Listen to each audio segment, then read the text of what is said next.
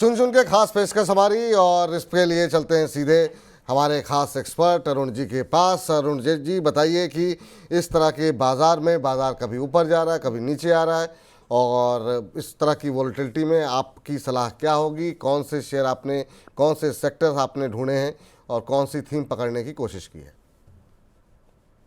तो बोलिए, दो थीम मुझे लग रहा है अभी चल रही है। एक तो मार्केट वाली थीम है, जिस हिसाब से कोई रेगुलेशंस नए निकल के नहीं आए with respect to f and all, जो भी मार्केट के सेंटिमेंट्स थोड़े खराब हुए थे। तो वो एक स्टॉक मैंने चुना है। वो डायरेक्टली रिलेटेड नहीं है, पर मुझे लग रहा है वो एक स्टॉक है जो टेक्निकली मुझे लग रहा है चलने के लिए तैयार है। उसका एफ एंड से कुछ लेना देना नहीं है, पर एक सेंटिमेंटली सभी स्टॉक्स एक साथ चलते हैं। तो कैम्स में खरीदारी की सलाह है।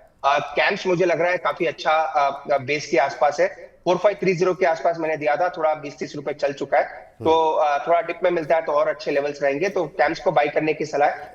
4400 का स्टॉप लॉस लगाए और 4780 से 4800, ये दो टारगेट्स मुझे लग रहा है कैम्स में देखने को मिल सकते हैं। दूसरा स्टॉक अगेन मैंने ऑलरेडी पहले कहा, मेटल सेक्टर से रहेगा। सेल में खरीदारी की सलाह है।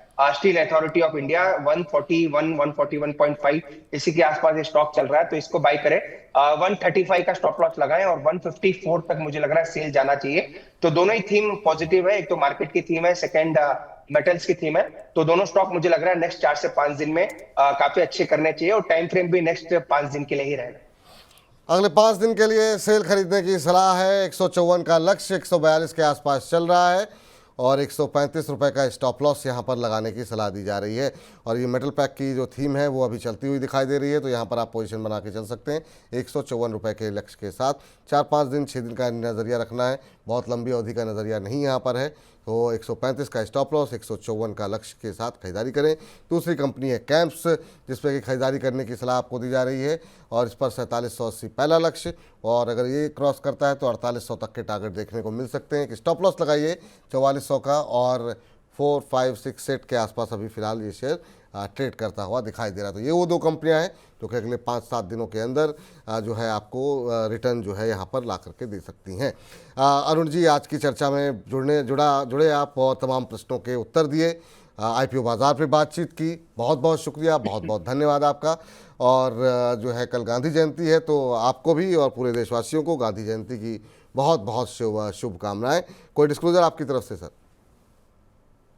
विपुल जी, जो भी स्टॉक्स बाई करने के लिए दिया है, सेम व्यू क्लाइंट्स के साथ भी डिस्कस किया है, और यूजुअली उनके पास पोजीशंस हो सकती है। और कैम्स हमने रिसेंटली रिकमेंड किया है, कैम्स, मैचडॉक और बीईएल लॉन्ग टर्म के लिए, तो वो एक जरूर डिस्क्लोजर है।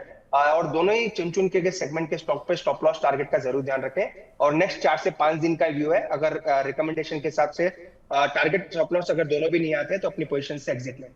चलिए, अगर स्टॉप लॉस टारगेट दोनों भी ना ट्रिगर हों तो भी निकल जाइए 4-5 दिन के नज़रिए के बाद, और स्टॉप लॉस ट्रिगर हो जाता है तो बिल्कुल निकल जाइए, टारगेट अचीव होता है तो भी निकल जाइए।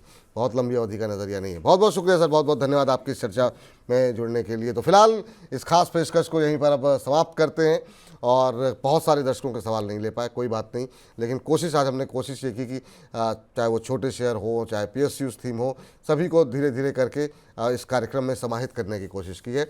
अपने सुझाव, अपनी टिप्पणियां लगातार आप हमें भेजते रहिए। जो हम आपको लगातार अपनी जो है ट्विटर ID बताते रहते हैं, वहाँ पे फॉलो कीजिए। कोई अगर आपके मन में जिज्ञासा है, कोई नाराज़गी है, तो सुझाव हमें भेजिए, और मुझको इजाज़त दीजिए। लगातार मनी 9 के साथ बने रहिए। फिलहाल के लिए नमस्कार।